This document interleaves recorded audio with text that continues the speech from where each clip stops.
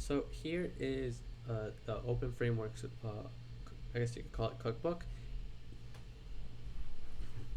So here, what we have here is the openFrameworks cookbook online. You can find this online. I'll have a link to this on the description, just to show my resources and where you got the information from.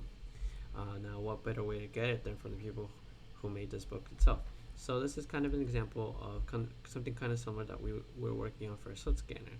In this case, they're working on making an inverted video grabber, which is just essentially this right here.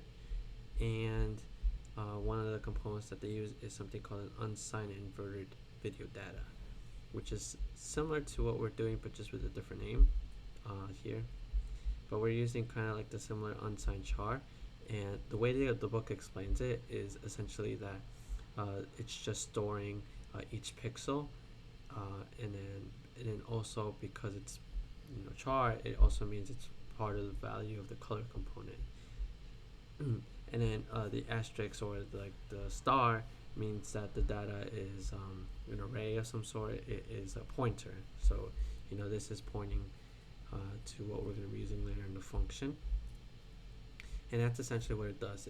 This is just to store the information, each pixel by pixel, that it's going by in an array form. And of texture is just something that we're going to be using to display our I guess final value. This is where everything's going to get displayed, like the inverted, for this case, the inverted frame. In our case, it's going to be the Slit scanner. So for more further explanation, what they show you here is how it's processed the imagery.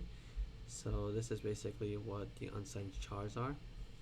It's an array of going by each line by line by line, and that's how they function, the capabilities of trying to store the value. So if you want more information, you could go ahead and read this. It's very helpful information to get a better understanding of what each component means.